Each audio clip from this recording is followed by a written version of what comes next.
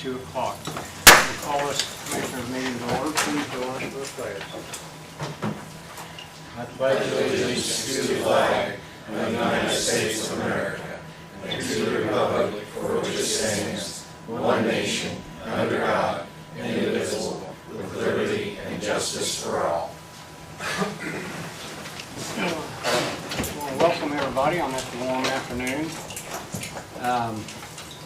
First thing we'll do is minutes of our previous meeting. Is there any additions or corrections to the July 16 meeting? I'll second that. Okay, we have a motion by Dale, second by Tracy, to approve the minutes of the July 16 meeting. All in favor, signify by saying aye. Aye. 3 ayes, Jane. Okay, first up on our agenda today, we have scheduled a public hearing on a petition to vacate a public alley.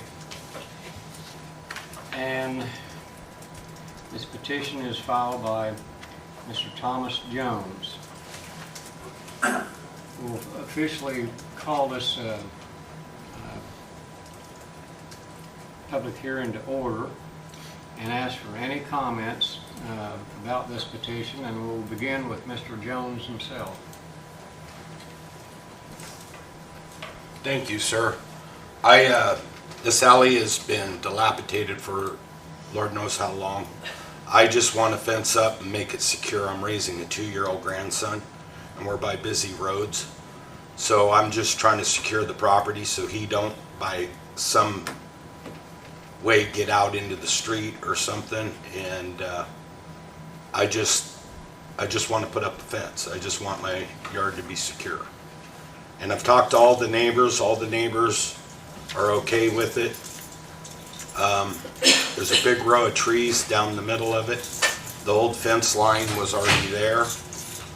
And regardless of whether the alley's vacated or not, I'm still going on the same old fence line. So my neighbor Lonnie will actually end up with most of the alley. Okay, and your property faces County Line Road. Correct.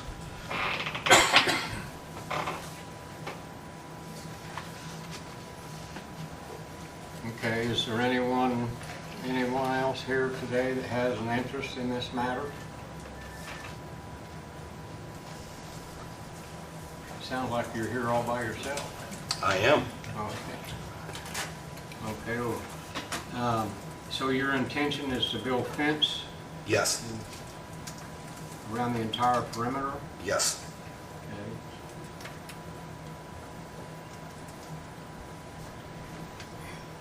Do one of you two have any questions?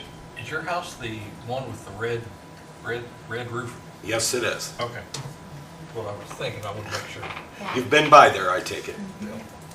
I did too. Numerous times. Yeah, I know. I drove out there too to see it. Because we lived in that area for a lot of years, at least 35.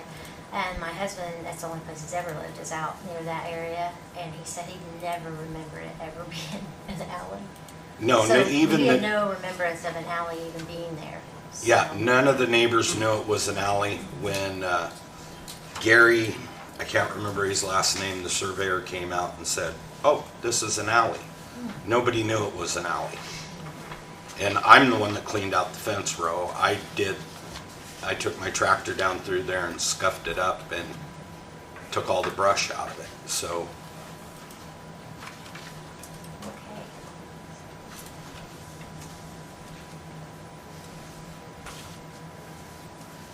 Anything else? So I understand is if we vacate it, it's split down the middle, he gets half and the other neighbor gets half. I do believe that's correct. And there'll be a certain amount of deed and title work, I think, to be done, maybe.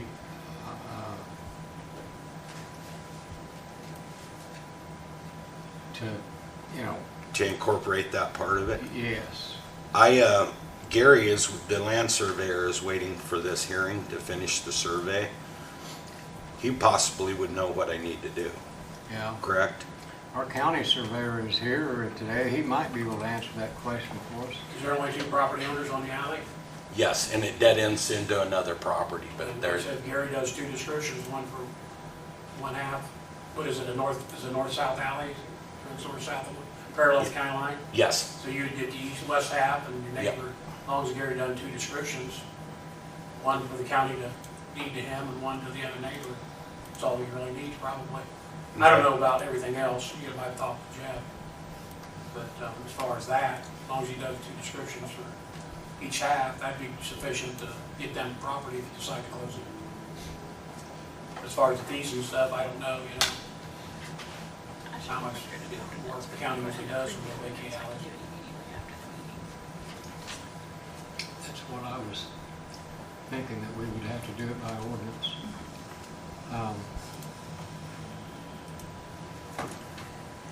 Okay. Anyone have any other questions or comments about this petition? Anything else?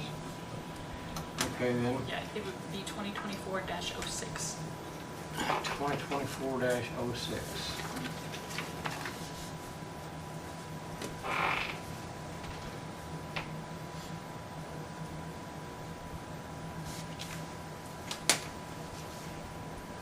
Okay, we need to close the hearing first, don't we, Jane? That's what I thought. Give me a motion to close the hearing. So Second. We have a motion by Dale, second by Tracy, to close the public hearing. All in favor? Aye. Okay, the public hearing part of this is over. So in order to officially close the alley for you, we would have to approve by ordinance, ordinance number 2024-06, establishing that fact for the record. okay. Second. Okay, we have a motion by Dale, second by Tracy, to approve ordinance number 2024-06, vacating an alley, vacating an alley in a public way. I won't read this legal description, for Thomas D. Jones and Michelle V. Jones in the town of Orange. Okay. All in favor signify by saying aye. Aye. 3 ayes, Jane.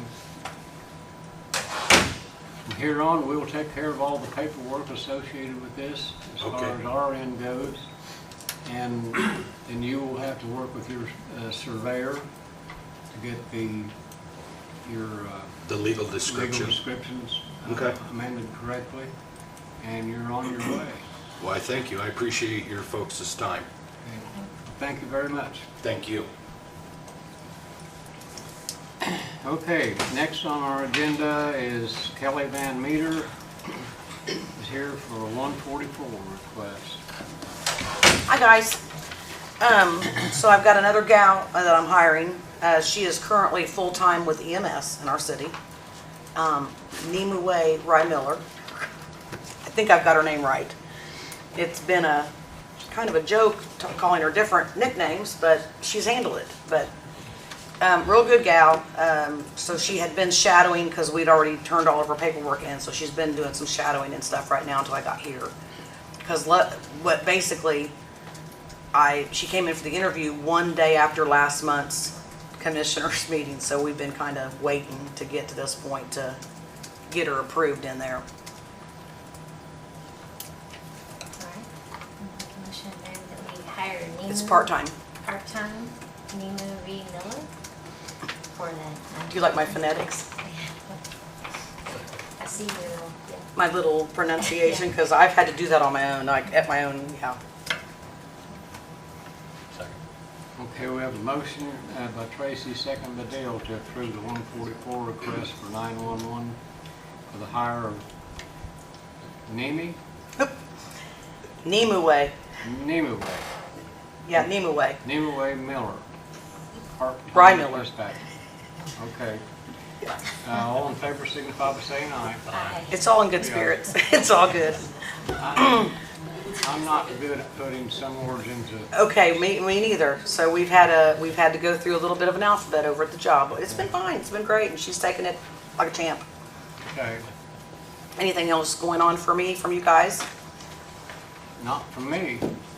Okay, well, I'm done. Okay. Thank you guys so much. Thank Have a great you. day.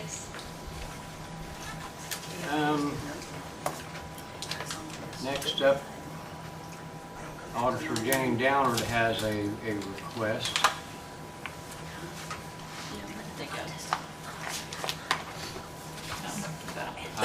Now, these are mine.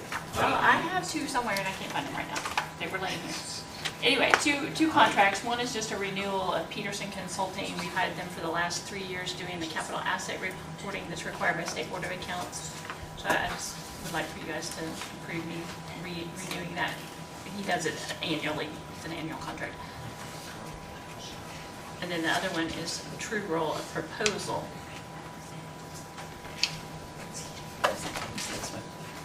And on the back, if you guys had looked at that, there was two pricing options. I would like for you to go with the full service option, but it's a contingency fee. So there'd be no upfront cost to the county to use their services. I know Rush County recently went with them at Auditor's Conference. A few other counties had talked about giving them a try for help you find ineligible homestead deductions is what they do. And they would charge us 30% of anything that they collect. Okay. So if I understand this right, TrueRoll has access to a database that we don't have, that they can search multi-state databases. That's one of the things. Like they could see, like say if you have a snowbird and they're living in Florida also and they've got a homestead down there, they have access to those databases where they could catch that. Whereas for me, I would have to call every county in Florida and ask them, hey, do you have so-and-so? And we don't have. And they cross-reference driver's license, voter registrations. I mean, just a lot of different, their software set up to look at a lot of different databases. Not that we couldn't do it, but it would just be so much more time consuming for us. Well, it would require more personnel too, I'm sure. Yeah. Okay. Which one do you want to take care of first? Do the Peterson, move to approve the Peterson contract. Okay. I'll second that. We have a motion by Dale, second by Tracy to renew the contract with Peterson Consulting Services. All in favor, signify by saying aye. Aye. 3 ayes. Now the two-row proactive homestead monitoring contract. Their compensation would be 30% of the first year of any recovery that we make on illegal homestead credits. I'll make a motion to approve that. Could you say it's Truro? True roll. Truro. Yeah. Okay, we have a motion by Tracy, second by Dale, to approve the contract or agreement, True Roll. All in favor, signify by saying aye. Aye. 3 ayes. Do you have anything else? That's it. Okay. Thank you. County Clerk Don Hughes is here today. Don, what do you got going today? Not much. So I sent you guys an email on July 25th, along with Jay Havlin, about getting some help with delivering the machines for the election day. My election board's kind of an older set of group of people, so it's harder to get these machines delivered to the polling locations. And honestly, picking up the next day after being here or up for 16 hours was a lot for me as well, and for my staff. So, and at clerk's conference, I talked about an IC code, about the election board shall, and I sent you guys the IC code. It was IC section 3-11-14-14, stating that the county, we can ask the county executive shall provide transportation for the systems required for the county election board. It would just be here, it would be 3 locations, the New Heights Church, Miller Building, or 4 locations, the Miller Building, Baptist Temple, and out at Everton. And what we would do on Monday, before the election, I would set up a time with Jay to give him a specific times that there needs to be someone there to drop them off with the machines. They would basically drop them off. The people would take care of them. They just need to take them there, and then on the next day to bring them back. Everything will be set up. They just have to drag the machines. And even if they just want to leave them here, my staff is willing to bring them into the building too as well. So it's not a huge asset on his part. It'd be maybe the most 5 hours for the 2 days by the time we drop them off and pick them up. I was able to do it with my car, and so was David Nutty, my election board member. And it's not that hard. I just need to be able to take these machines there and then drop them off. And the bipartisans teams will already be there ready for the machines. So I wouldn't even need a bipartisan. I just need individuals to drop them off, and the bipartisan would be there to sign off on them. So didn't know if that was something he would still be willing to, or what exactly. Okay, well, as you pointed out, when asked, the commissioners are legally obligated to see that this voting equipment is delivered to the polling places. And I know many years ago, it used to be routine for county highway department employees to be used for that purpose. We can certainly ask the highway department if they can do that for us this fall. And if for any reason they can't, then we would have to hire or find someone else to do that. So I haven't had a discussion with our highway superintendent about it yet. I don't know if anybody else has or not, but we understand the logistics of this thing. Right. And like I said, they're not, and the machines are a lot more compact now. I don't know, Tracy, were you there with, okay, so they're a little bit more compact, so it's not several machines. It's all in one case, so it's very easy, and they have rollers. It's real easy to roll them out, roll back up, like I said, but after, up for 16 hours on that Tuesday, the day next after election, it's hard to drag myself to go pick up all these machines and bring them back in with my election board members. Yeah, it's not like the old machines we used to have that were about 6 foot tall, made of steel, and weighed about 1,000 pounds each. Yeah, so, and I want to get on this case now. I know it is August, but I'd like to have some kind of concrete plan that we have to where when I start doing the training for the, training with everyone, I have a set time of, okay, so the highway department or whoever will be there at this time to drop the machines off. I need someone there at this time, I need someone, so that makes sure that we're all covered. I'm just trying to plan ahead for November. I think that we should commit to being responsible to take care of it for you. The only question I have with the highway doing it, them being union, I don't know if they'd be okay that you're doing something, I know it's all strict, with what you're doing. So that would be the only thing I guess I felt like looking into, making sure that they could do it based on their job description, They got, like they can't even drive a truck, if you're an operator. You wouldn't need a big truck, not like we used to use. We used to have to use a dump truck and a backhoe to lift them heavy machines up in the truck and put them in. And Dale was talking, the one you were talking about. Oh, wow. Because they were anywhere from 1,000 to 1,500 pounds. Yeah. And we did a bunch of them. We went around that. Yeah. We weren't around then. But I think it's something we can, discuss and see what exactly. I know Rush County, they use the EMA. Their EMA lets them use, like they have a closed-in trailer and they put everything in that. And then they have help with the highway department that helps drop. Obviously, they have a bigger county that they are spread out farther than we are, but these aren't spread out too far. The farthest is Everton and the New High Church. So, Each one of us could take one. there you go. I'm sorry. Okay.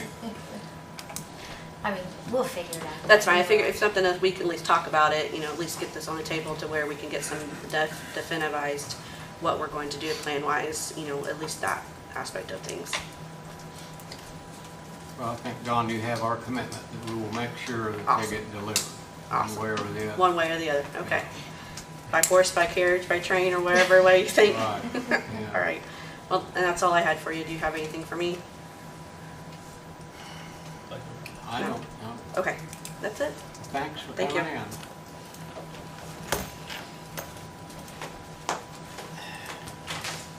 Okay, here for Community Corrections is Steve Dills. Steve, how are you today? Good, how are you? Okay. I came here for 144 Robinson. I gave you a copy of this. Jane got it via email, I think. That was the final awards for our 2025 grant application. I can tell you, we all got the same thing we did last year, or for 24. Probation, drug court, us, and the prosecutor's diversion fund. We all asked, I know I asked for like 150,000 more. I got the exact same thing, to the penny. So that's what it's going to be. You'll get an official letter soon. We had to redo our grants because we all asked for more. We redid our grants and had to resubmit those, and then at that point they'll send a letter to Jane to get to you guys for final signature for accepting the grant. But that should be coming up pretty quick. I think we all resubmitted we had a board meeting last week, and after that we were able to resubmit our budgets minus the extra money we asked for. So I just throwing that in. And I'd also like to add, and since in the last few weeks we had a fiscal audit from the state, and they, thanks to Jolisa and the auditor's office, Jane, and her people over there, they had no findings. Everything was great for all the entities involved in the grant funds. So that was exciting. So all went well. What I'm actually here for is the some 144s. We've had a lot of stuff going on over there. We had one employee that passed away. He'd been off for about 6 weeks, and he passed away 2 weeks ago, a week and a half, 2 weeks ago. So he was hoping to come back to work. He really enjoyed his job, but he didn't make it. So we were able, we put somebody else into the full-time position that he had. So what I'm asking for is, we kind of swapped around with probation. They took a part-time person that we had to the liaison position and a full-time position over there. It's a probation / corrections liaison.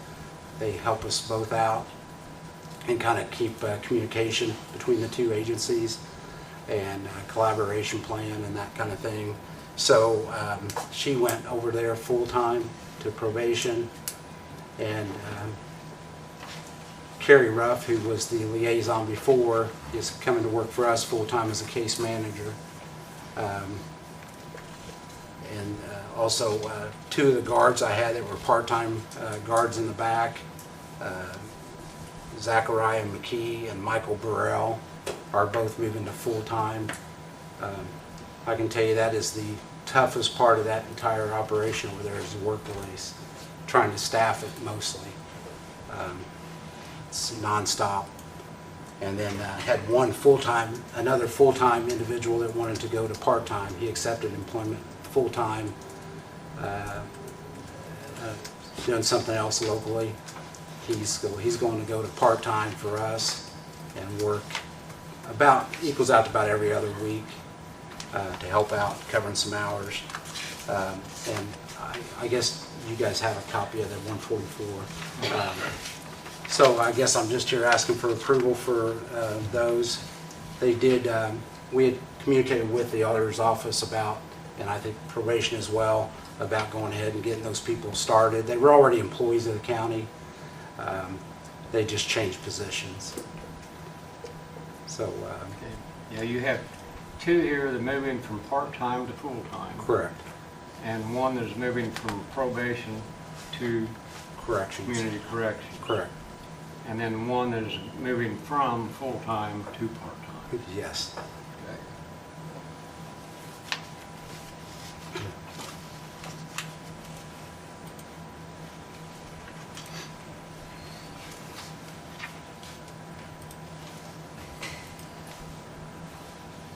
Move to approve the transfers. I'll second Okay, we have a motion by Dale, second by Tracy, to approve the 144 request for community corrections for the purpose of moving 4 employees.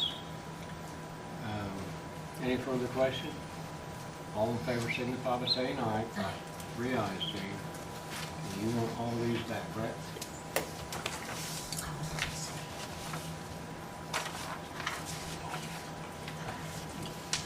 Thank you, guys. Steve, Yes. while you're here, we had a progress meeting with the engineering company and the construction company this morning that's working on the new women's facility. Right. And they're still holding to their August 30 completion date on that. Awesome. So we hope that's true and it works out that way. So we're getting closer every day to completion there. So just to give you a heads up, that we'll be calling on staffing needs very soon. Okay. I know Jeff is working, last time I talked with him, he is working on the MOUs. The state suggested that the county attorney should be doing those. So I did communicate with him and had somebody from, it was kind of a go-between for corrections and the state auditor's office to the best way to do that, move that money and that kind of stuff for that money we pledged to it. So I think we got all that wording taken care of. So I know he's busy with the trial that's going on now, and probably busy all the time, but more busy this week, I'm sure. So as soon as he gets those going. I don't think that's going to be an issue. We also discussed the help with the funding for the staffing, and I think, did Debbie talk to you, Jane? She was going to talk to Jane. She's going to get with Jolisa and the auditor's office and figure out the best way to the collections for the female side for work release, how that's going to get moved to the county. I don't want to see it, they don't want it in a situation, I don't think it'd be a good idea either to, we'll collect the fees, but as soon as they're collected, they'll go into the database in our case management system into a certain fund. And then that money gets, when we take our funds over to the treasurer's office every day, that money will go right into an account, that's the county's account. And that'll be however, you guys all figure out how to, what that account's going to be called or how it's going to be utilized. But it was the hopes of the state that however that money gets to you guys, that money will hopefully help operate that. But I don't think the state can actually hold you to however you do it, but it's to help offset the funding for the some of the staffing. It's looking like the best I can tell, it's going to come out to right around, if we stay at 18 females in the work release, just shy of $114,000 a year that'll be collected and go into a county fund for that. So I think it's going to stay pretty full. We've already had some females get out of prison early that were actually ordered to do work release when they got out because we thought the facility was going to be done, or the prosecutor did when she offered the plea deals, and just so happens it's not done. So we're still, we found ways around that for now, but I'm pretty sure it's going to get utilized and probably filled up pretty quick. Whether that's good or bad, I don't know, but it's going to be filled up pretty quick. And whatever beds are available, I think other counties are going to probably jump on those too if they get an opportunity. So, Well, but I would like to go over, I do need to go over and look at the setup. I know we talked about the washer and dryer setup the other day. yeah, I handed that information off to the contractor that's actually doing the work, so Right. that it didn't get lost in the chain of command. I had it back in about half hour, I think. Yeah. I just need to see like the vending areas and that kind of thing, just to see. We're talking to a vending company right now as well for the other facility, and just kind of looking around, see what options there are. Okay, well, you've been warned. We're moving along at the speed of government. So I get it. It's been what, 2 years now. So, Yeah. But anyway, yeah, and I know Zach's struggling to get it staffed, but it's the toughest part. They're not the highest paying jobs, and the stuff you put up with in there. Yeah, that's for sure. Yep. So, but I'll be ready. Okay, All right. all right. Thank you guys. Steve. Yep. Thanks. EMA Director Wade Walling. Wade, do you have anything today? Not today. Okay, thank you. Here for the Health Department is Matt Shirk. Matt? Thank you. Also brought Missy with me today, so she can help answer any questions anybody might have. Have multiple items for you today. What I want to start with would probably be my last email to you, requesting permission to sign a contract for the Indiana Health Information Exchange. This is a program designed to help us do case management on our patients that we have. It will allow us to efficiently gather information in medical history and medical background information by using this, and Missy can talk more about it. But it's a recommended program being sent out and utilized by basically all counties in Indiana now. So it's a program that is being brought forward for everybody to use in the county. So it should be very helpful in cutting the time it takes us to do our case management, which is a requirement of the governor's public health initiative. It gives us access straight to the hospital charts, and that's where we get a lot of our reports from, is either doctor's offices or hospitals, and we mainly get the main information that we need to do case management from the hospital. So now we have, instead of faxing and requesting the medical records, and when they fax it back, we get a pile that big, because they'll fax back invariably the whole record, and we don't need that. So we just need the portion of what they report to us. So this program allows us just to be able to have access to all the hospitals in the state of Indiana. So they've already ran a pilot program on it, like I think already like last year with 3 counties, and they got all good reports. So now they're starting to reach out to everybody, and several people have signed on to it. So like our first year, they are in agreement with the state that we as the local county, local health department, we get it basically for free. And if we find that it's very efficient and it's benefits us, then after the first year, we will have to pay after that. Yeah, and I did misquote that on the email. At $850, it's $1,800 an annual fee, and that's something that we would just have to budget for in our budget for the following year if we continue with it.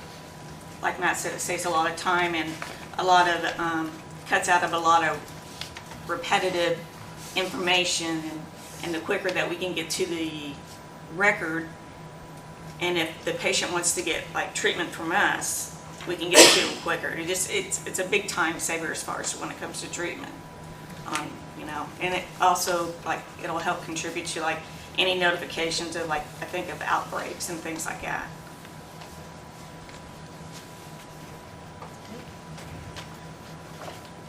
You guys got any questions? I do. You ready? Well, Matt and I stopped in and went through a lot of this stuff with Matt yesterday. I'm not going to say that I understand it all, but if I was going to compare it to anything, I guess if you've ever been to the doctor and they say, you're not in the system, this kind of puts you in the system. Yeah. It puts us in the system where we can gather all the information we need, but we are still safe in the fact that it does not allow other agencies to get our information. So we will not be open public records, but we will be able to get records from. Yeah, it's just like a one-way access to where we can read only, basically. And we have to meet a lot of qualifications to be able to get that access. So, in which we do meet those qualifications, and there's a vetting process to allow us to have that access. So. So you're printing off those faxes. You're printing off faxes. You're getting those record price faxes. You're going to probably save half that fee in your copies every year. Oh, yeah.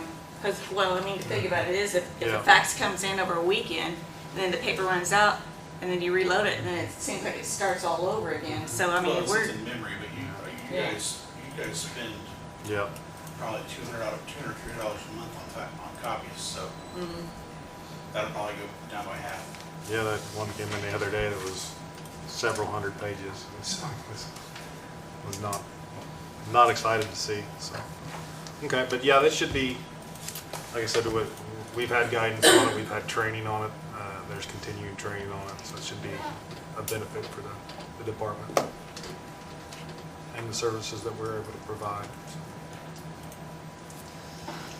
What was the actual name of this? I don't have anything to turn Indiana, is it public? Indiana Health Information Exchange. So you just need us to approve that? So- Just approve us to sign the paperwork to move forward with it. So I'll make the motion to approve that Indiana Health Info Exchange for the health department. Okay, we have a motion by Tracy, second by Dale, to approve the health department's engagement with the Indiana, say that again, Tracy? Indiana Information Exchange. Indiana Health Information Exchange program. IHIE. All in favor signify by saying aye. Aye. 3 ayes, Dave. Okay. And I also have a 144 I sent you for a part-time position at the office for medical assistant. It is not really a new position, but it's a position we haven't filled with a non-RN. In the past, we've had this position filled with an RN or an LPN. So this position is going to do a lot of our testing that we're required to do through the governor's program. She is a student, so she's going to be getting, she's going to be able to get some valuable training by working with us, and then provide a service that we're needing. She'll get some clinical training. She's already trained because we're getting ready to start offering hepatitis testing and HIV testing. She's already trained and certified for that. So, and then also I just talked with Gina Bentley with the state that we can get her trained to do phlebotomy too, because we're getting ready to start a lab service of health panels, a low-cost health panel, so anybody wants, to have their labs strong, they can come in and do it. So we can, she doesn't need to be required any certain credentials for that, so we'll utilize her like partly in the office and partly in clinical. Just curious, will that take a doctor's order? For the lab. Like to get labs, so like if I just want blood work, I can come, awesome. Yep. That looks good. Yeah, it's like really super low cost. Henry County's had it for quite some time now, so that's who I've been like collaborating with about trying to get this set up, so. Do you know when, or the timing of when you're gonna have that? You guys The got- lab service, I'm hoping like within the month, hopefully, because we had a couple new people coming in, and then plus we actually have Lab Corp coming in tomorrow to get us like officially set up for the lab draws. But I think by the time we work out the bugs, it might be within the month for that. Sounds good. Yeah. I'm gonna proceed steadily, but not jump in too Yeah. Yeah, we don't crazy. want to jump in over our head. Right. Because the rest of us, we just did a refresher course with phlebotomy training and stuff as nurses. I mean, we all know how to do it, but it never hurts to have a refresher. So we already done it downstairs, and then Shauna and Rachel that are coming in, I'm gonna have them do a refresher too. That's good. So. Yeah. That service would be a great benefit to everybody, or a lot of people in Fayette County. Yeah. Now, with that being said, if we don't take the insurance for it, they will have to pay for it, but it's still so much more affordable than if you would be going to Reed or one of the, commercial labs. So, Yeah, lab work can be very out of Costly. sight. yeah.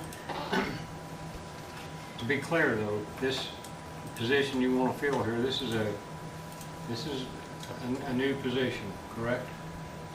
It's not a position, it's a position we've utilized with RN or an LPN for a part-time position. So it's not really, I don't know if you'd call it a new position or not. It's just, we've had these part-time positions here on and off for the last couple of years.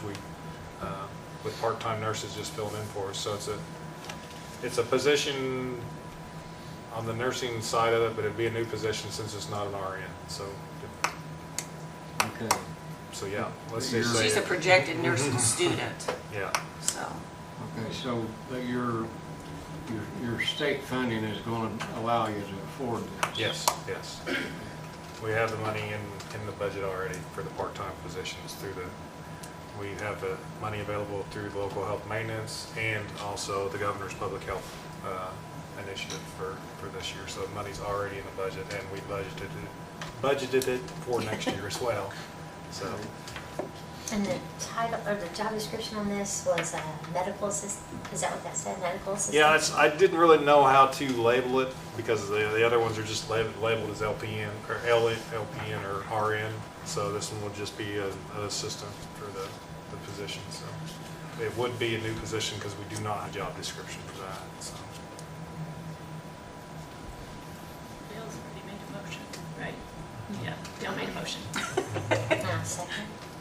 Okay, we have a motion by Dale, second by Tracy to approve the 144 request for the health department for the hire of a medical assistant, Rachel Chincher. Is there any further question? All in favor signify by saying aye. Aye. 3 ayes, Jane. Thank you. Takes care of And I that. did talk to Tracy the other day about, we're gonna have to start updating some of our position descriptions and stuff, so that'll be another one, looks like we're adding an updated position for. The next thing on my agenda is for the position change for for Barbara in our office, to transition from a CMOT to a professional position.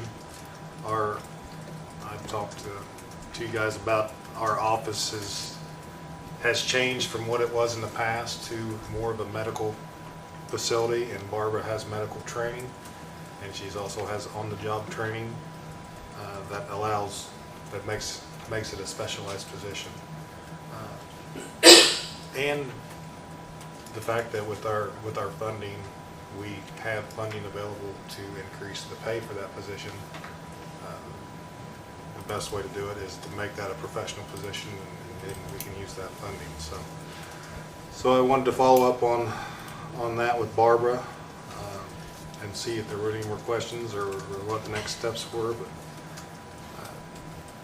and then Missy also might have some more to add about it. So Yeah, Barbara, she covers a lot. She helps us a lot whenever, like right now, we're getting bombarded with immunizations. And she's very good about actually outlining on the CHIRP record, which that's what we go by, on like what the child needs. And she's very fluent in the insurance part of it. She's able to call back people whenever they're due for their next booster. So she actually wears a lot of hats in that department. I mean, not only with our clinical stuff, she knows everything in every department of what everybody needs. But she's the biggest help, like in the clinical area, whenever it comes to, the immunizations and the flu shots, and she's able to inform the people like when those shots are coming in, or give them a window, because we already have people calling in about COVID vaccines and flu vaccines, and so she's able to give them a window like when to call back and stuff. But I mean, she's got a medical background where she's worked in some radiology and elsewhere in the medical field, so that helps us out a whole lot whenever she understands when we're talking about the vaccines or what somebody needs or something like that. So it makes it a lot easier whenever somebody has that medical knowledge.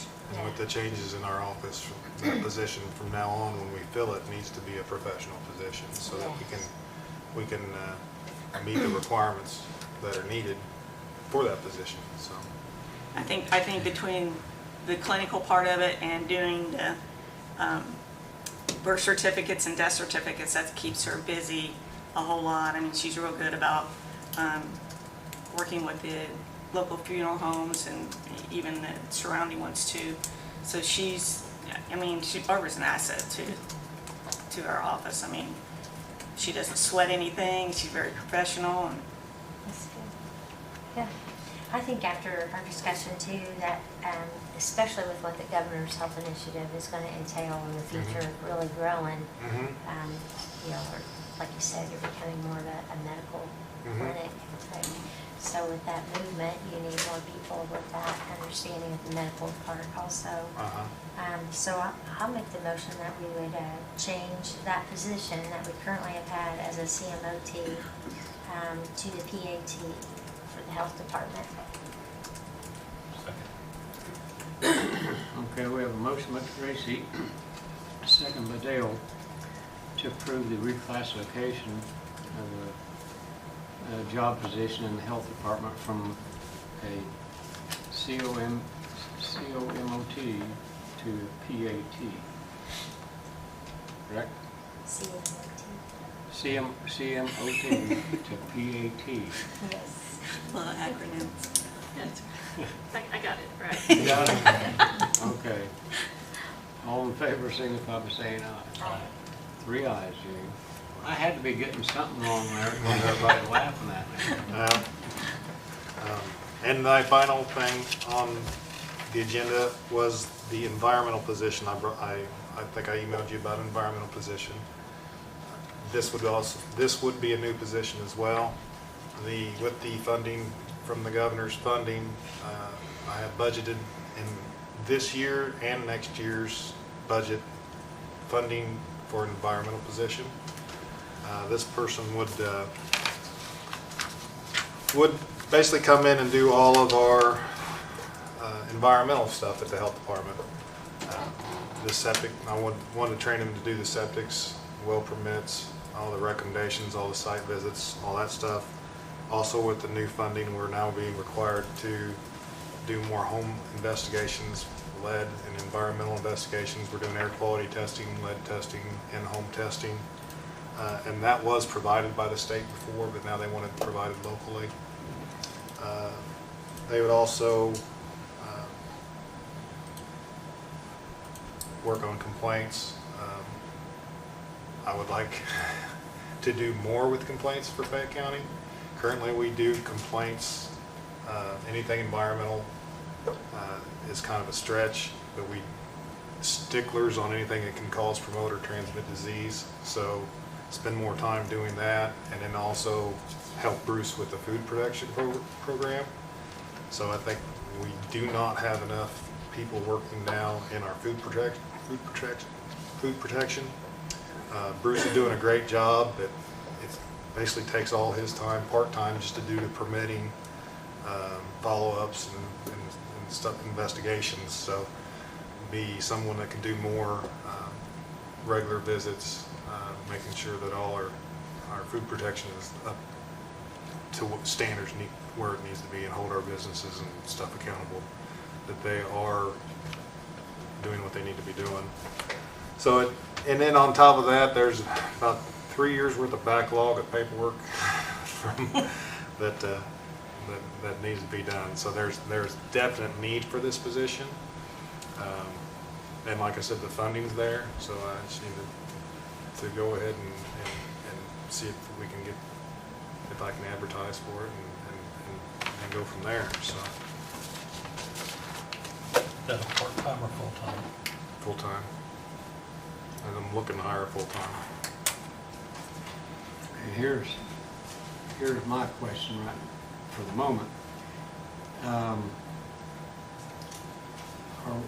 What risk are we running right now at getting out of sync with what the council has approved and not approved as far as appropriations are concerned? Because Yeah. obviously, your department is growing because of this new money that's coming into the health department. Right. But The money to cover this year has already been appropriated.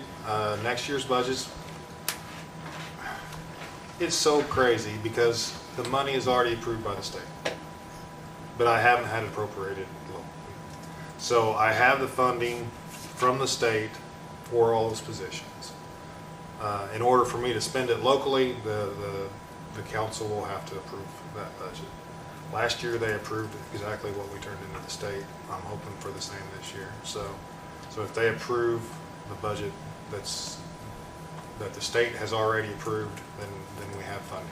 So, but I can't say what the council's plans are. So, well, you'll get to find out next week. yeah. And I've actually kind of double budgeted for some of these things. So I've got, with the health department, we have 1159 and 1161, and I've actually double budgeted a position so that if I do lose money in one, I've got it in the other. So hopefully, my goal is to hopefully be able to go to council and say, which one do you want to pay it out of, and then work with them to take that money and hopefully put it back for some capital improvements and stuff like that. So the long-term goal of the health department is that we are growing, we're needing more space or movement. So if we can take some of the money that's already allocated in there for capital improvement and use them for capital building or something like that, then it'd be a good way for the health department to gradually grow over time, or save money or put money back for our next move. So with the state, the governor's money, they allow for that. It's actually in the budget to put money in the budget to not spend. So with the money they gave us, we have money budgeted to not spend and just keep it back for office space or real estate or a new building or something like that.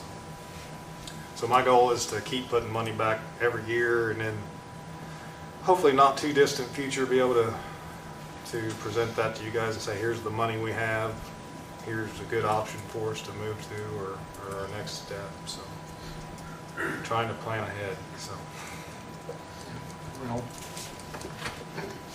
one of my things I always keep my guard up about is not getting too reckless going forward, because we don't want to wind up in a position where the health department is in the same condition the general fund was here several years ago. yeah. And then part of my doing this right now is so that if I'm going to hire somebody and I'm feeling that with budget hearings coming up, that it'll definitely, before I fill the position, I'll know that the budget's approved. So I don't want to fill the position and then go to council and they say no. So I want to do it all at the same time.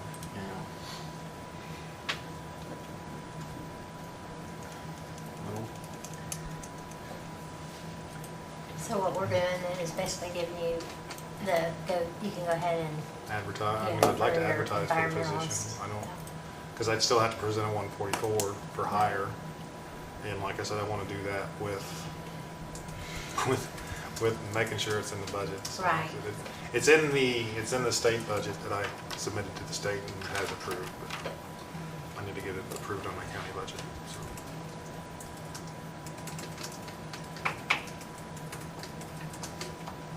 And I guess we could make it contingent on the approval, the eventual approval of county council on their overall budget. I hope nothing goes wrong there, but I can't say for sure Yeah, what will happen, you know. yeah. Well, you said that already, you're not hiring until Yeah, after. right. And so, I mean, if you put it exactly, and like I said, I can't hire anybody either without presenting a 144 Right. for that matter, so. So we're just giving approval for you to pursue the, Advertise. right, for Yeah. the environmentalist position. Yeah, and make sure it's something that you were on board with me hiring if it's budgeted, so. I'll make that motion, that we do that. I have a motion, Tracy, second by Dale, to approve the creation of a new position in the health department for environmentalists, right? Any further questions? All those in favor signify by saying aye. Aye. 3 ayes. All right, thank you very much. So Thanks, man. now the trick will be filling a position, so that's the tough part. But we'll go from there. So, all right, thank you. Well, I wanted to put a little plug in here. Go for it. So we're having another health fair. Actually, it's a mobile flu clinic, September 28th, and we're gonna have it up at the pavilion in the park, the big pavilion. And it's gonna run from 11 to 4 p.m. And so it's gonna be, we're gonna have like what we had before, healthcare vendors and stuff, but we have a theme to it. It's a 50s era theme. So we have Alvin, he's gonna play 50s music, and then we're inviting some of the car clubs around here to show their cars off. And so hopefully we can get people to come in and, go to the flu clinic and enjoy the music. And we got, not only we have healthcare vendors, we have like different other vendors. Some has apparel and food and things like that. So I just kind of wanted to put that plug in there. And we have the Spartanettes. They're going to come in and do like a flash mob and do a 50s dance for us and stuff like that. I'm sorry, will you give that date again? September 28th, September 28th, and what was the time? 11 to 4 p.m. 11 to 4, and where? At Couldn't Robert- catch you talk so fast. Roberts Park Okay. in the pavilion. Rosewood Park in the pavilion. Okay, Yeah. thank you. So if anybody knows any other vendors, I have I think I have right at 20, and I think I have about 30 to 33 spaces. So if anybody knows any vendors that booth space free, Yeah. So it's gonna make it real convenient for people that wanna go ahead and start their flu shots to come Yeah. up and. yeah, we'll have computer ability to run their insurance and all that. So with the help of Mike, he got our little scanner thing going, and we're using it now, and it works perfectly. So we're trying to start to make things a little bit more easier for the public and come out and, enjoy and try to get to know the health department, that we offer all these services all the time, pretty much. Because like I said before, with it, people still think we only do certain things on certain days, and really we don't. Now, when the lab services start, we might have more of a schedule on that.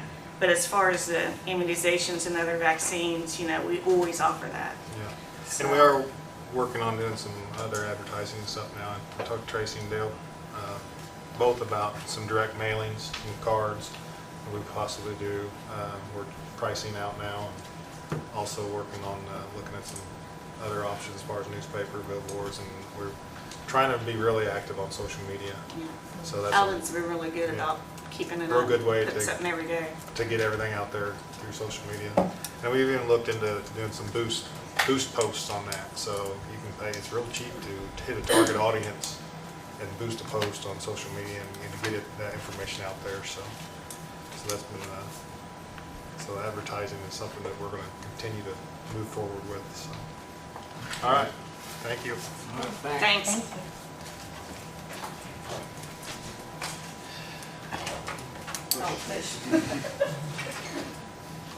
For the highway department, Jay Havlin. Jay, what all have you got today? Next. Take me a minute to get up. Okay. We still putting gravel down out there on 300 and Wellsview Road. We did pave High Point Court today. A little dead end road, it's got the cul-de-sac in the back of it. It says ain't even a tenth of a mile, but it was falling apart. And because they had all that new blacktop out there and they wanted us to do something about the going in and out, it was about that much of a drop. So we went in there with the grader or the paver and put 6.5 loads on it. Paved it and looks pretty good. Okay. So they're happy about it, so that's one thing.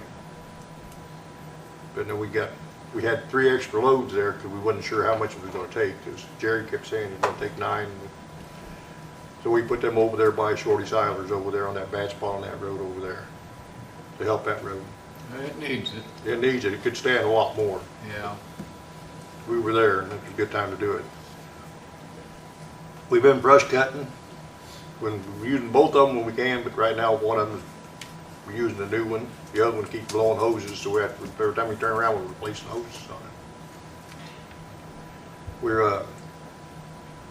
We went out over to check on a road widener to see if we could rent one. We're doing these roads faster, getting this gravel down, because they're still working on the south side of that road out there. They're not even halfway done with it yet. And the guy over in Shelbyville, I can't think what the name of the company is, but he buys used equipment at auctions and stuff and brings it back and goes through it and checks it. He had one, so I went over to look at it, but he had it out on the road, on a job on the roadside. They was using it to work with, because he runs the company that paves and paved roads and chip sealed roads. He said he'd get it back and let us look at it, but I'm trying to get him to rent it to us so we could try it out and see how it works. That's a big thing. He's wanting $17,000 for it, but I don't know what it's going to cost. If I can get him to hold the rent and say in case we decide to get it, make it a little easier on us. Yeah. I wish I could trade him an old paver for it, but he don't want it. I've tried to talk him into it. He said he don't like the way it's set up. Yeah. What can you do? He had a distributor truck over there, 2006 Ford from the state. Got a 4,000 gallon tank on it, just like the one we had. Got a cat motor in it. He said it's got 96,000 miles on it. Now he says everything works on it, but I told him I wouldn't even talk to him about it until I seen it spray oil, because I'd have to see it spray oil and see what it does. Because I don't want to come up with something just as bad as what we got. What was his reaction to that? He's got to talk to the other people because he's not the sole one he has to talk to, but he's going to get back with me. I told him I'd call him back after the meeting, see what he got to say. But he wanted 45 for it. How much? 45. Okay. The new one will cost us about $245. No, 300 and 330, wasn't it? 330. Yeah. Now, the first one we looked at, they got the quote on was the Peterbilt, and it was 370-something thousand.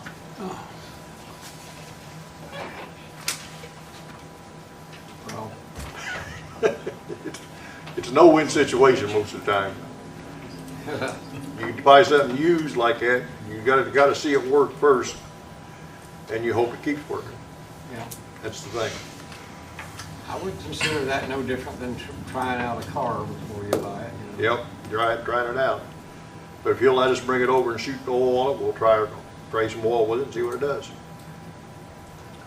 What year did you think? 206? 206,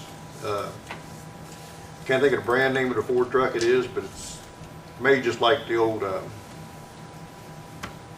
Sterling's, but it's got the cat motor in it, standard transmission, so it's not automatic.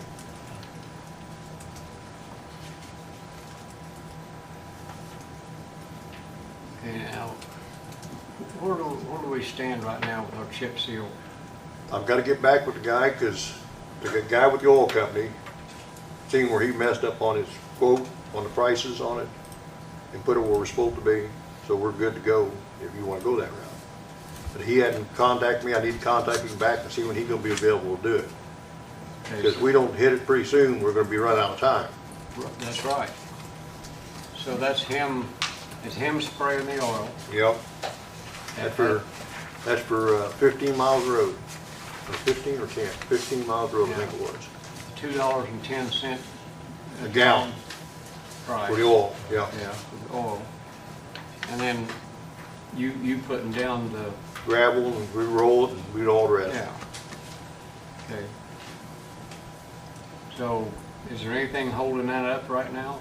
Just me getting back a hold of him, because he hadn't tried to contact me. I got to try to get a hold of him again. Okay. And I'll try that, get him set up, see what he says. As far as I'm concerned, I'm okay with all that. Yeah. It,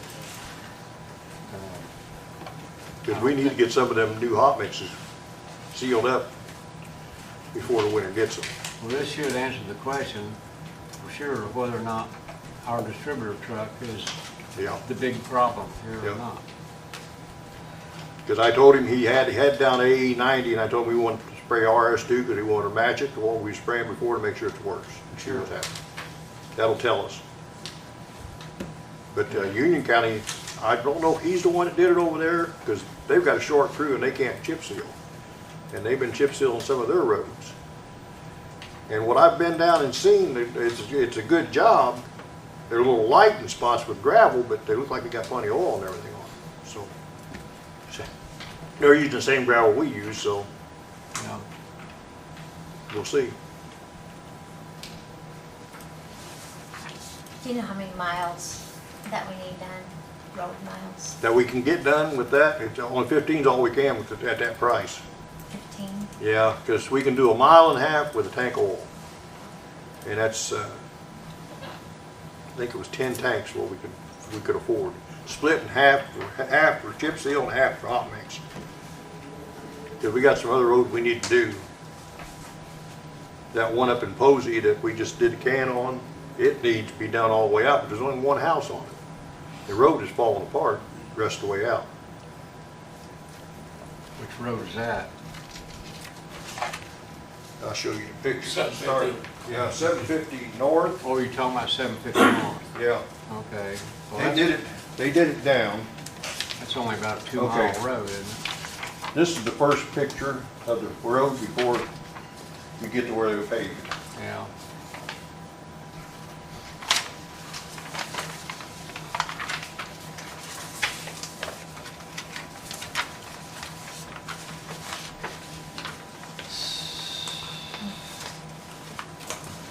They told me when they come up there, when they unloaded the paver up there, it pulled some of the road up as it's going down the road.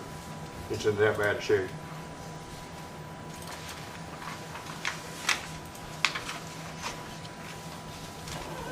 That's exactly 1 mile to the intersection back to where the can's at. So it'd take you probably about $60,000 to do it, paving. and it's only, what, about 13 or 14 feet wide? Yeah, it might be a little cheaper, and that's why I said 60, because they've dropped the price I just a think it's little only, bit. at the max, 14 feet wide, the Yeah. asphalt is. It's a narrow road. Yeah, it's not very wide.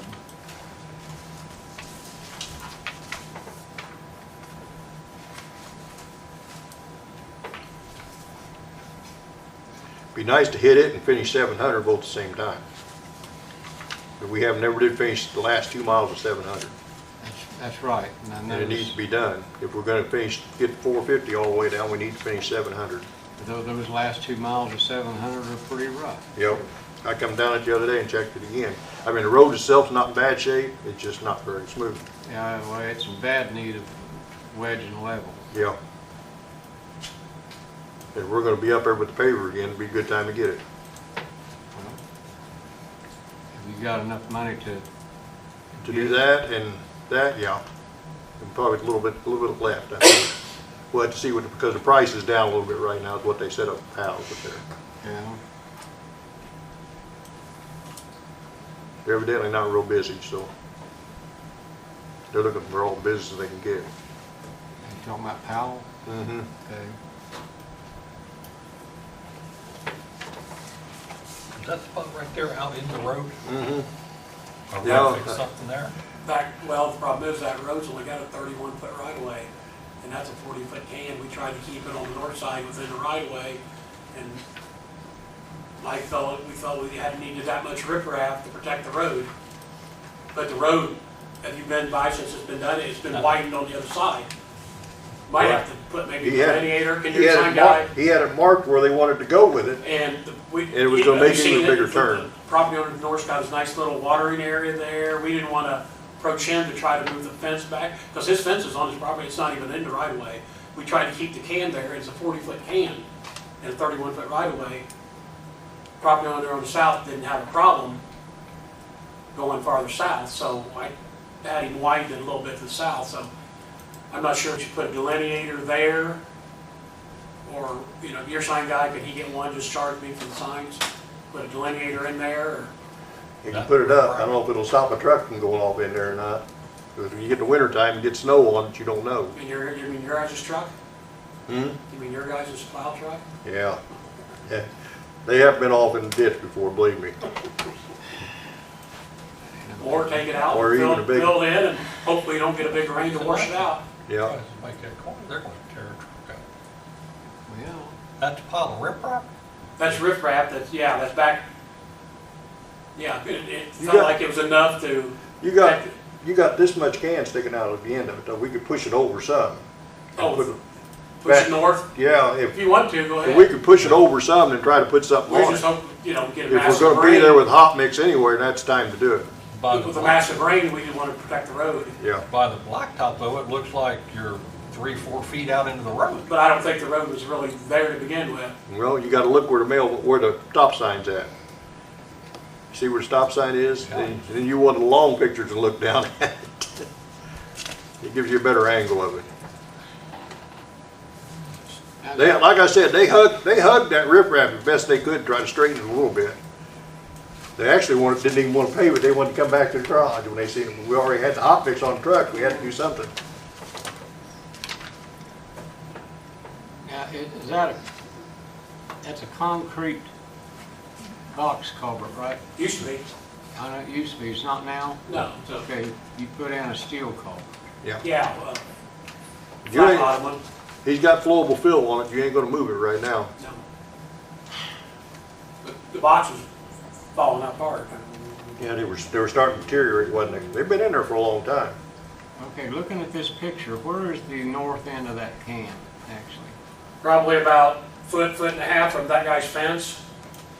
Okay, so, And we tried to get it as close to, because it's only 31-foot right of way. So we tried to get as close to our, keep within our right of way on the north side that we move, you know. can't we remove that pile of riprap and pave We over could that if you area? want. We We could- just thought could- that if, with a big rain, you know, hopefully We could move it out farther toward the end of the can. it wouldn't wash build out, that, yeah. protect the road. Well, I'm gonna be up in there yet today, before sunset today, and I'm gonna stop by and look at that, because that doesn't look right. There's a lot of room on the south side. We got a gentle curve going farther south, and it's a lot wider. It's way wider. It used to be in that little box.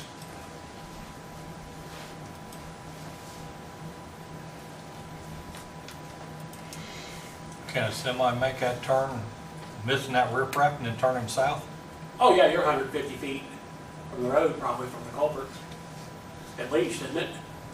Good 150 feet from, I don't know. oh, yeah. Now, I'd be more worried about coming from the north and turning onto the road than anything else. Getting too close to it. I'm more worried about the plow trucks coming down the road. They're gonna if it's got deep snow, they're gonna side on the stop sign down there more than anything else. But we can try to move it, because it's got enough cans sticking out, we can move it with some. We can probably move it 1.5 feet, easy, Whatever you want to do. yeah. But we'll just have to pour more riprap in it and Hopefully protect the road. put some With stuff the on it, massive yeah. rain, that's a big pretty good sized watershed.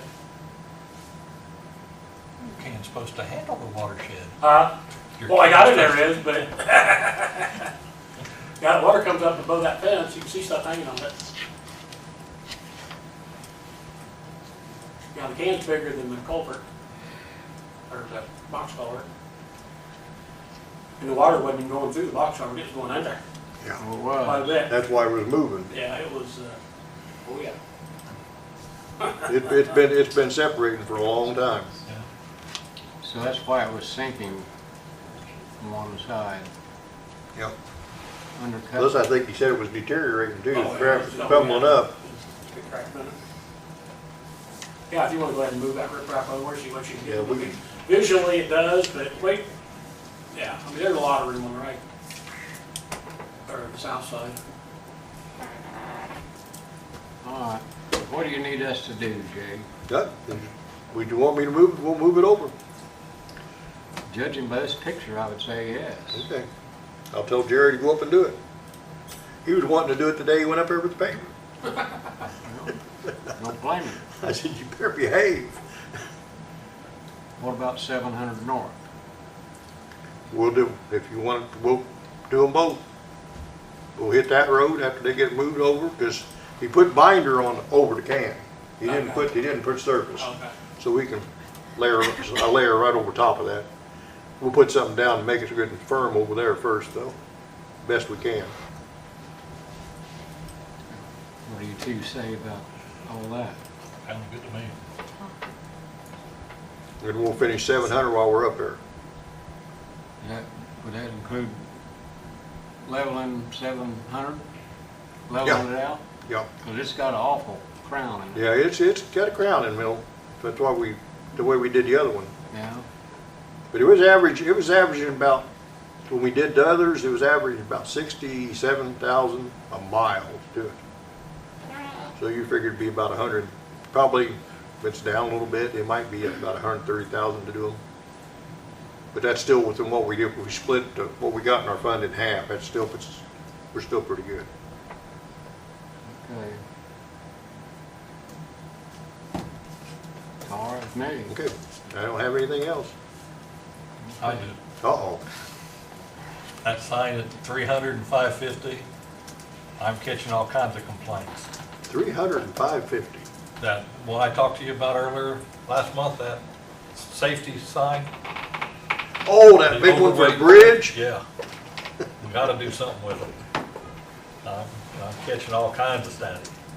They can't see coming around the corners, right? They can't see, when you come down 550, you gotta be clear out into 300 to see west. With crops out. And that corn's up next to it, and they can't see. I had one tell me they got school buses coming down there, probably starting tomorrow, and they're hollering they want something done with it. Can you back it up? I know. We took it out. I have to get the sign guy up there and ask him. Oh, you took it out? I said, can we? Oh, no, that's the one the feds mandated. It's gotta be there, just put it in a safer location. No, that's what the feds Can mandated. it be moved farther, I guess, west? Whatever direction, yeah, we'll get out of the way so they can. Yeah, because it's actually for the bridge going to the west. What happened if we put it on the south side of the road? Or can we? Would that be legal across that intersection? But there's I no, mean, as if long as you can see it going the direction of the bridge, Yeah. I don't think it would really matter. you're going west, you're still seeing it, Yeah. just be on your left side instead of the right side, What if they backed it up, which side of the road is it on, north? north. I mean, what if they backed it up 30, 40 feet or something, 20 feet? I don't know, it needs somewhere. I'd back it up if you can first before I'd move it across. That way that, you know, somebody might not look over there, big heavy load might not notice it on the south side as they would on the north. I don't think they see them anyway, because they run over Probably most not. of them. I know, but hey, they're there. We've had more signs getting knocked down by semis up there here lately than anything. Yeah. They run right over top of them. You know? Well, it's obviously created a hazard. We gotta be able to do something with Yeah. Oh, yeah. We'll get it looked at. See which way we can go with it. it. Okay. That's all I got. Anything else? Tracy, you got anything? All right, thanks, Jay. Is Michael King still back? Michael King is here from the IT department, and he has some copier needs. Yeah, the auditor's office and surveyor's office need to get copiers. The RICO 2352s that we've had for years, I think we've had them like 11 years, are dying. Can't get parts for them anymore, anywhere. So obviously have to get them replaced. The auditor's actually, theirs is dead. They're actually using the assessor's old copier right now. So the one that came out as the best quote was from Toshiba. So for a 65 copy per minute machine, the machine itself was $5,753.85 for the machine, and then adding on the saddle stitch stapler was an additional $1,468.88, which brings it up to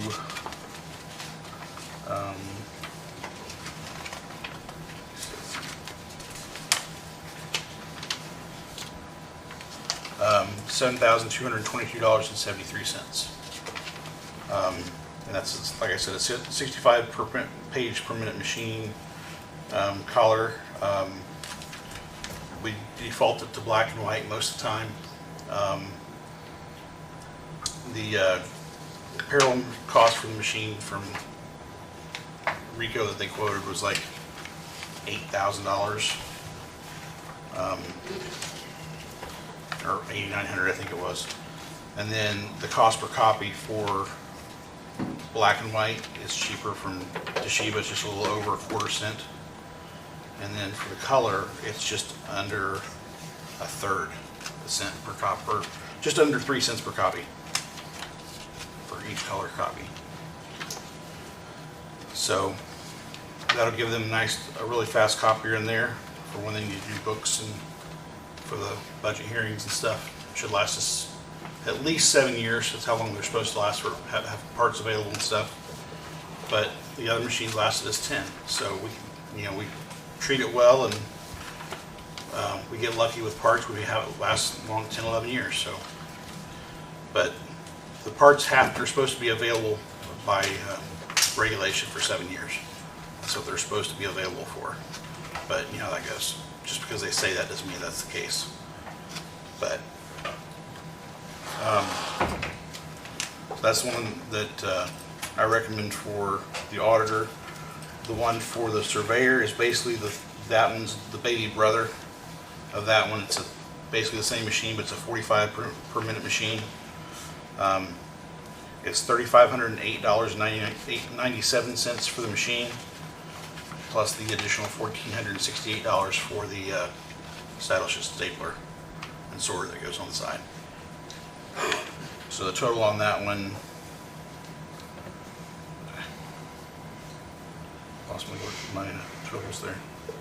Total on that one is $4,917 or $4,977.85. So. And what kind of stapler are you talking about? It staples the copies. So they automatically staple them in groups. It's got a built-in stapler. And that's part of the contract, so we don't have to pay for the staples. But the main thing is it sorts them in groups. And so if they're doing a big set of copies, like Jane, when she's doing the budget hearing stuff, she can say, put it all in sets. And it sorts them all in sets. You have it stapled them all ready. Like when Bill does his packets for area planning, Yeah. that'll be an asset for him. He does all those packets and different things. Or when she's doing We packets. got copies laying everywhere trying to match them. Or when she's doing packets for these meetings or for the council meetings, she can print off and have it staple everything together and do it all together in one set, and you're ready to go.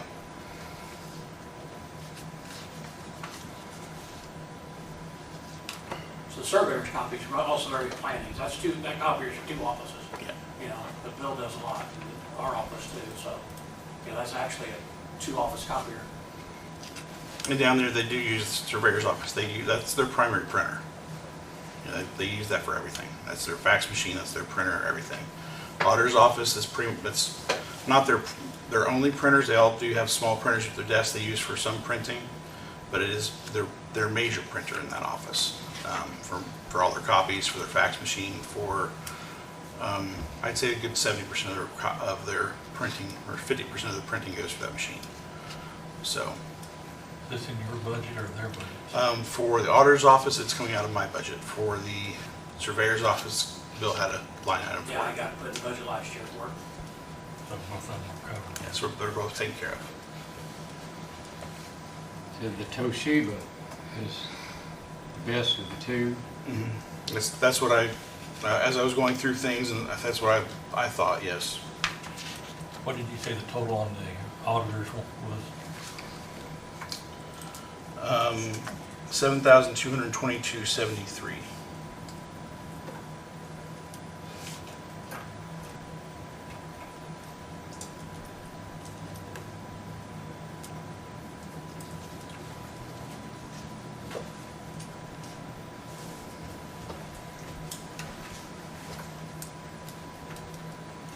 But you're not recommending the same machine for the surveyor's office? It's basically the same machine, but it's slightly slower. It's 45 pages per minute instead of 65. They don't do as many copies down there as the auditor's office does.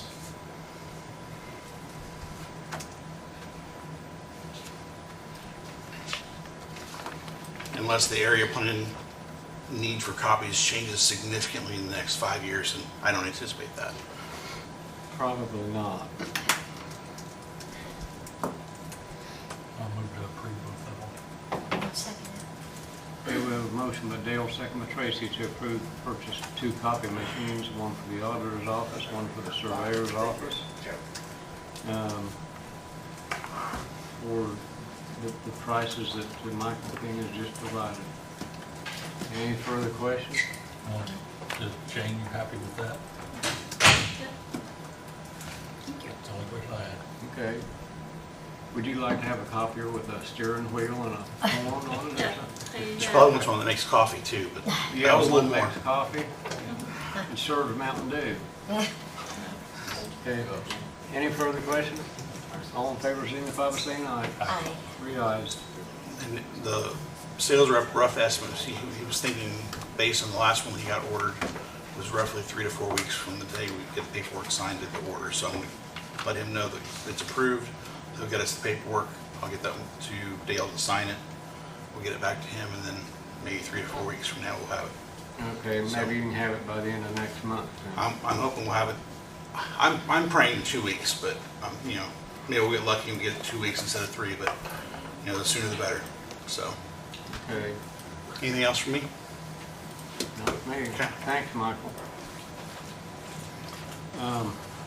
Ryan Siggers is here. Ryan, you have anything for us? Yes, I have a 144 form for you. As you heard Steve talking about, we had a couple of employees switch roles.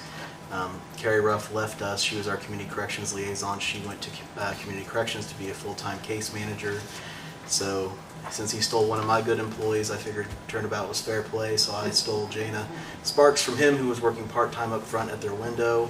She's coming to that community corrections liaison, so she went from part-time to full-time with us. This is a DOC grant paid position, so it's not a county funding issue, but we just need your approval to approve that 144. Since, like Steve said, since they were already county employees, we kind of got that, your tacit blessing to have them start ahead of time, so they've both been cross-training each other since they came from, you know, each other's roles, and they both hit the ground running from what I understand, so. Okay, so this is for the one that's coming from Corrections to probation. To probation? Yes. Okay. I'll second. We have a motion by Dale, second by Tracy to approve the 144 request for Fayette County probation for a administration assistant, community corrections liaison. All in favor signify by saying aye. Aye. 3 ayes, Jane. It's a Sorry lot. you had to sit here all afternoon. No worries. Yeah. I'm here till 4:30, so either way. Anything else for me? Anything? I don't have anything. All right, well, thank you for your time. Yeah, thanks. Have a good day. Lisa Witt was here earlier. I know she left. No, she's still there. Was she there? I She couldn't said see here it. too. Okay, so I'm actually coming for a couple things. First, I want to let you kind of get you up to speed. We had our county preservationist start 3 weeks ago. Her name is Cameron Butts, and then Tess Montgomery started with us today. She had to give a 2-week notice with her job, and then she got pulled for prospective juror upstairs. So we kind of had to push her till today. So, kind of get you up to speed though. Cameron has released 4 books in 3 weeks. I anticipate that she'll have another one released today. That's over 1,500 documents that she has validated and released to the public. So we're moving along really well with that. We've also been working, Tracy came in right before the meeting. We've been working on getting the books relabeled so that you can see the dates on them. And we have kind of moved things to get the flow a little better so that like all the deed record books are together, all the mortgage books are together, mortgage indexes, it just makes the flow better. So we've been really busy trying to work on getting what was in the computer finished up that Bev and I have also been working on, but we feel like the progress is going really well. After we finish with that, the next plan is to move on to the plats because the copies of the plats that we have are the only copies that we have. So they'll be working with the big scanner that we purchased and getting those scanned in. Yeah, the book eye scanner. The book eye scanner, yeah. Yeah, so kind of gives you an update on what we're doing there. I'm really pleased with how the progress is going. So that's that part. And then give you a little update. We were at the fair last week. I sent you guys an email, but we had 19 families sign up. I'm not quite sure how many properties because I know that all of them had at least 2, but we were very, very busy with the fair. Spoke with several families who said that they would either be signing up at home or they would stop by for us to sign them up. They weren't sure if they wanted to do the property watch or they wanted to do the equity protect. So working back and forth with that. I think they really enjoyed seeing us at the fair. A lot of them didn't know what the county recorder didn't know the services that we had to offer for them.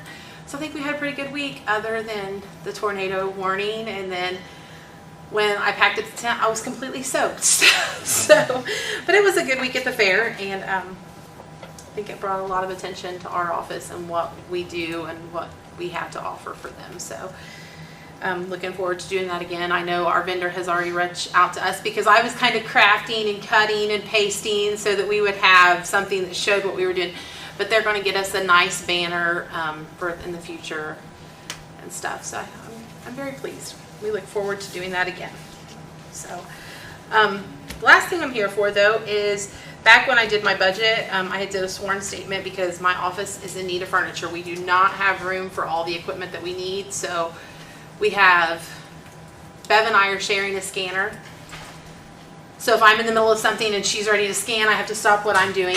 So we are I've been working to get quotes, and I brought you 3. The office shop is the one that I've got on top. They actually, my office, as you know, is round, so it's odd for furniture. They have came out, measured, sent us drawings of how the furniture is going to fit in the office.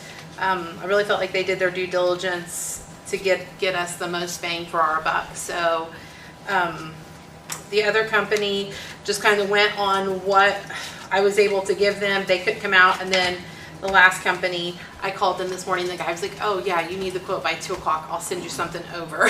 so I'm asking that we could maybe approve the office shop quote so that we can get that furniture and get it in place so that we all have the workstations that we need.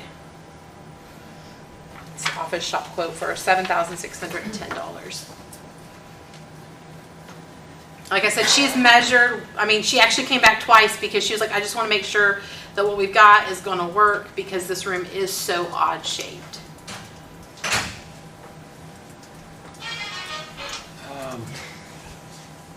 Okay.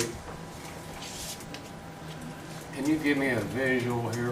What will your office look like if we make this change? It's still going to have 3 stations up front. It'll be, man, it's hard for me to describe it to you because it's round.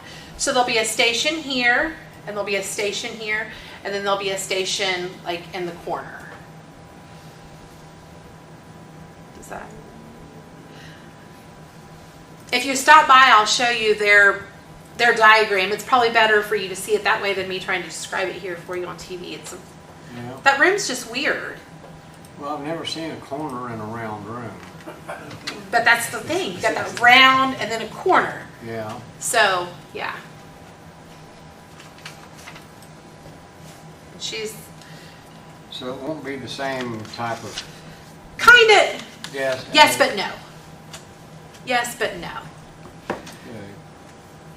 It's going to give Bev a little more room, you know, as far as, I mean, like, sometimes if she's typing and I need to go through it, she has to scoot in or move the chair.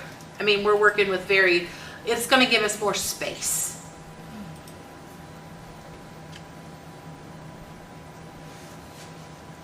Okay. And more room so that we can have the equipment that we need.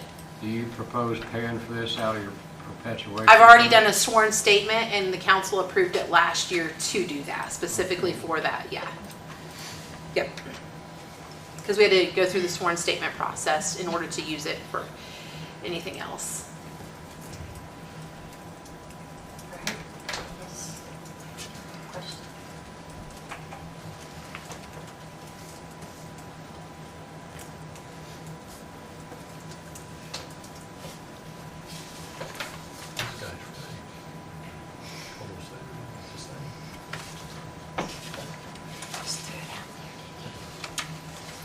Okay, this item here says post 12-inch borders to 20 of those. What is it that you're going to need 20 of at $85 each?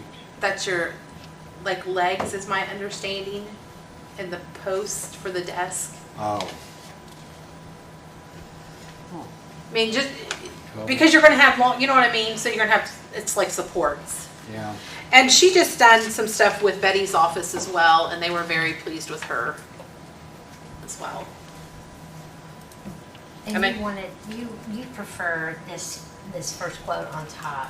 Yes, because I feel like she did her due diligence, like she's came in, we know her plan is going to work. And she's quite a bit, I mean, the second one is very much higher. Very much higher, yeah. And then the last one was just. The other one, he last just minute. kind of, yes, Yeah. he kind of threw it together so we could get in there and it could totally change on us.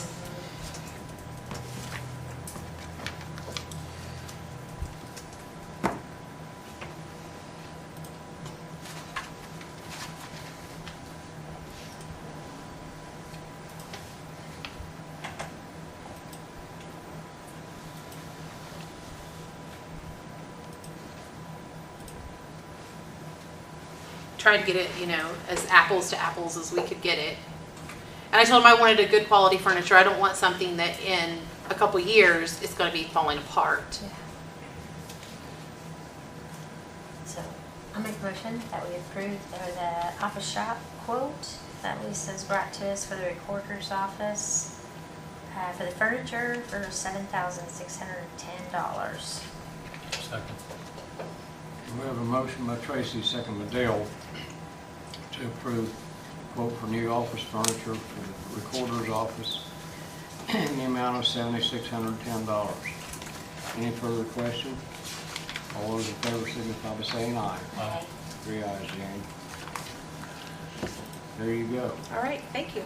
And I will say, yes, from being in there today, I very much appreciated the work in the organization and especially the signage. They're really liking the signs. It makes it a little easier to know what you're looking for. And I thought with the girls coming in as preservationists, if we say we're working on this today, they're going to be able to go straight to that section and know that's what they're working on. Yeah, So, definitely. yeah. That's It was, nice. at first I was like, is it too elementary? But like the searchers have come in and they really like it. So, yeah. Yeah. I think it's very nice. You came back and actually saw it too, I think, Mhm. when we were putting them up. Yeah. So, yeah. Well, And we will continue to. When are you supposed to get your furniture? She said that it was all in. So when I talked to her like last week, that they had everything. So I think That's it'll good. very, very quick, which will make it super nice because, like I said, we're sharing scanners and you know what I mean, that kind of stuff. And you have to stop, and we try not to inconvenience each other too much. So. okay, so if anybody else anywhere needs anything that you're gonna move out, we can Yes. make those transactions Yeah. pretty soon. Yeah. Okay. Yep. So I don't know if like at the new women's center, if they're going to need a work area. Yeah, you never know. Yeah, you do. I mean, it definitely needs handles and stuff. I've ripped clothes on it, and I've got duct tape on it to, but we've made it work, but we're out of room. So we're definitely out of room. Okay. Anything else? All right. Well, thank you, All Lisa. right, thank you. County Surveyor Bill Mackey, do you have anything? Okay. Anybody have any mail they want to share? We got anything under old business we need to continue today? Jamie, you remember anything under old business we need to pick up? Okay, under new business, Jennifer Lee is here. Jennifer, I'm sorry you had to wait all this time, It's okay. but you're here to talk about the state of children in Fayette County. Yeah. And, do I have permission to approach and give you some Oh, information? sure, yes.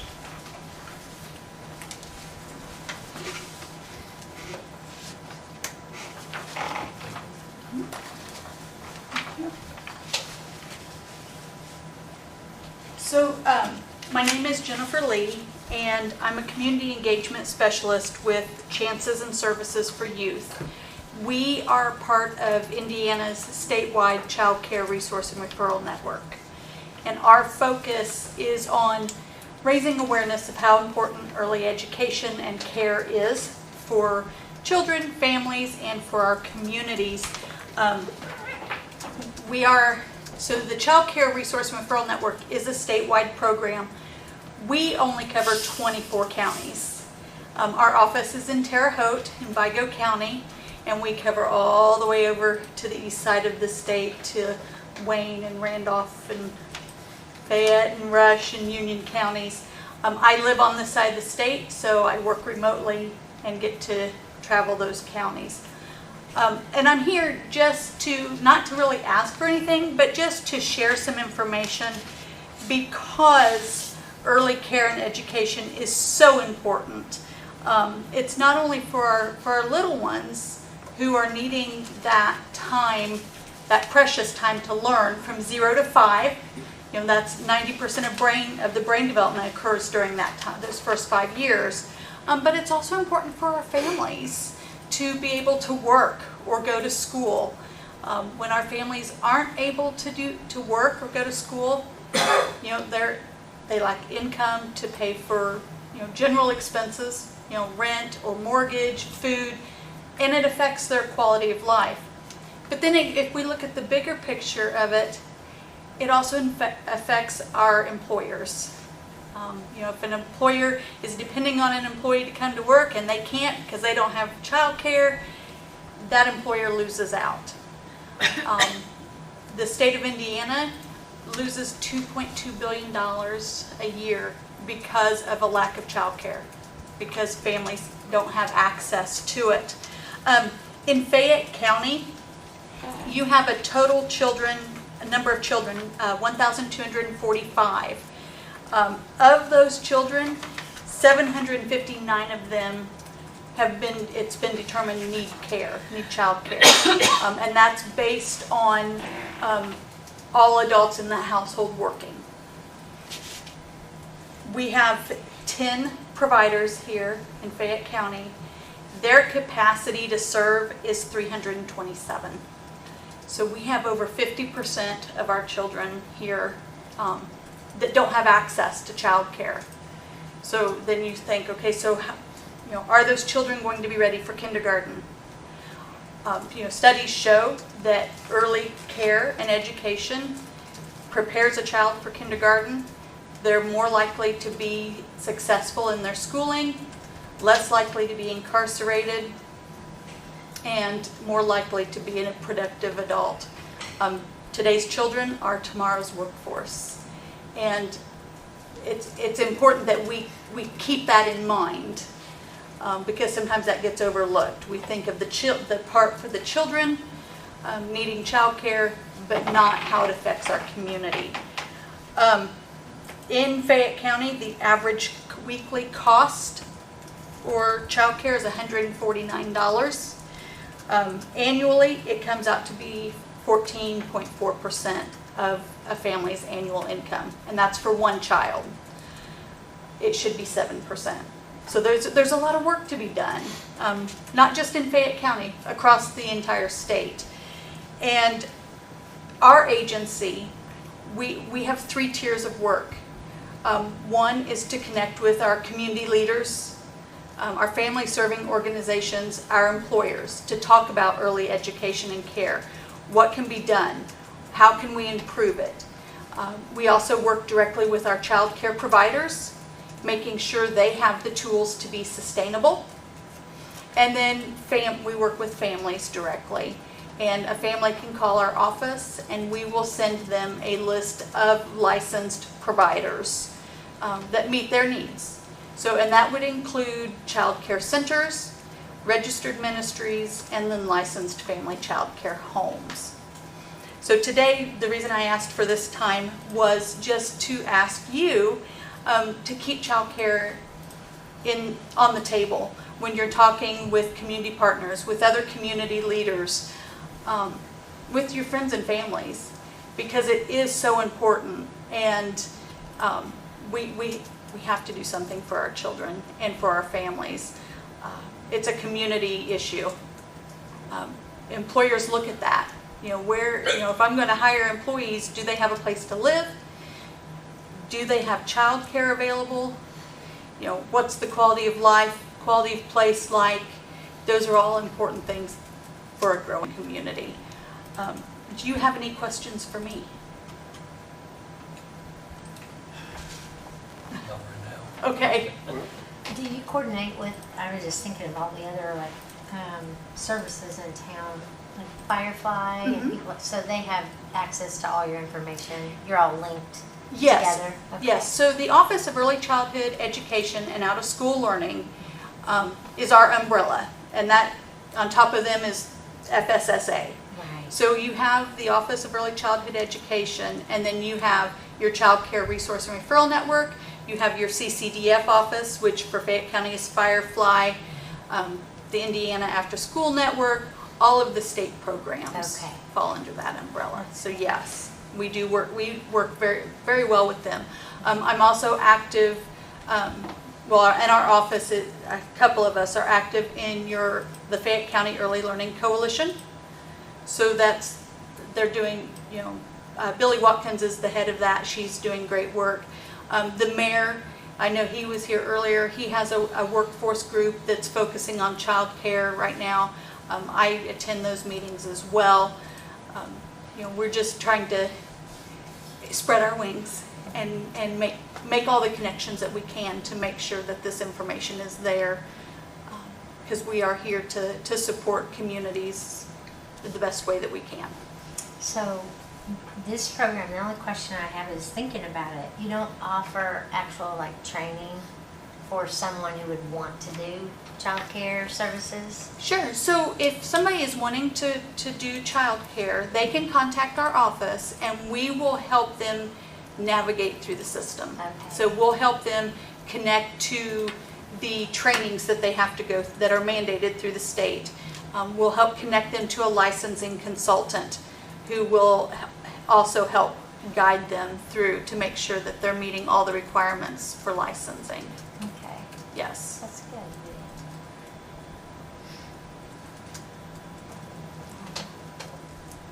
So Jennifer, Yes. in your estimation, or at least from what you've learned so far, how does Fayette County rate when it comes to child care? Are we above average, below average, or just average, or how do we compare with our surrounding counties? You're below average to average. The whole state of Indiana is lacking. I mean, if you look at the state as a whole, they can only fulfill about 60% of the need for child care for families. You're able to meet 43%. So you're right there. Okay. The only thing that's not factored in, just for clarification, in your number, would be people taking care of their own grandchildren and children.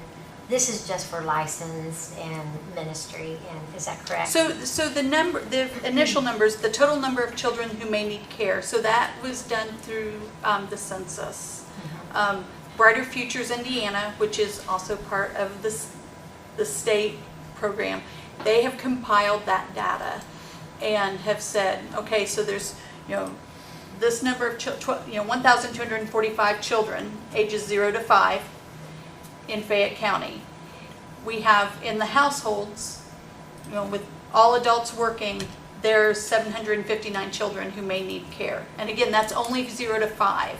School age is a whole nother, it's a whole nother can of worms, because you're dealing with before and after school care. So that's total. Yeah.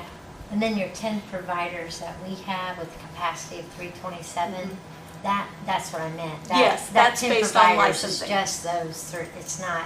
It doesn't factor in other people who've been taking care of children, right? No, it doesn't factor in, those homes, the neighbor that's watching the neighborhood kids as a favor. Yeah. It doesn't factor in those. These are only licensed providers, because that's the majority of who we support.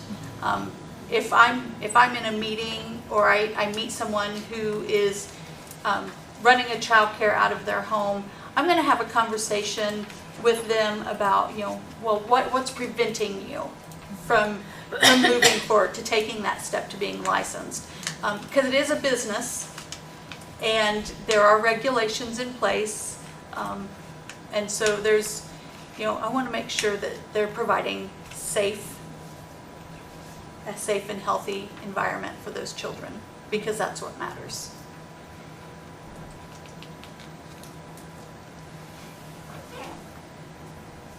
Anybody have anything else? Well, Jennifer, that's an interesting set of facts you give us. Yeah. It's not something I usually sit around pondering about, but it's nice to know that somebody is keeping an eye out. It's what keeps me up at night, so yes. Yeah. I thank you for your time. Well, thank you for stopping in today, and feel free to come back. Okay, I will. Thank you. Thank you. And hopefully I'll be on the old business part and not the new business. Is there anybody in the room has any patron concerns? Okay. All that leaves is claims and payroll. Second that. Okay, we have a motion by Dale, second by Tracy to approve claims and payroll. All in favor, signify by saying aye. The ayes.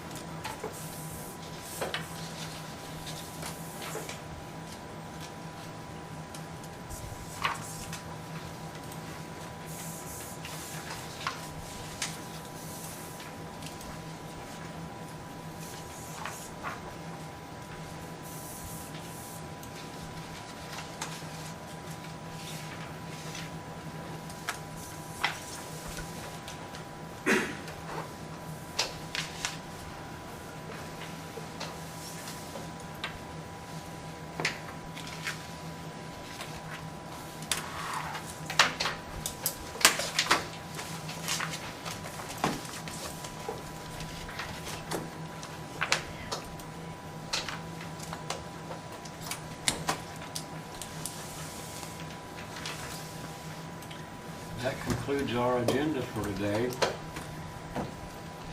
Are we forgetting anything? We'll have to take it up next time. Well, are we forgetting anything, Jane? Yeah, we're good. Okay. Move to adjourn. Second.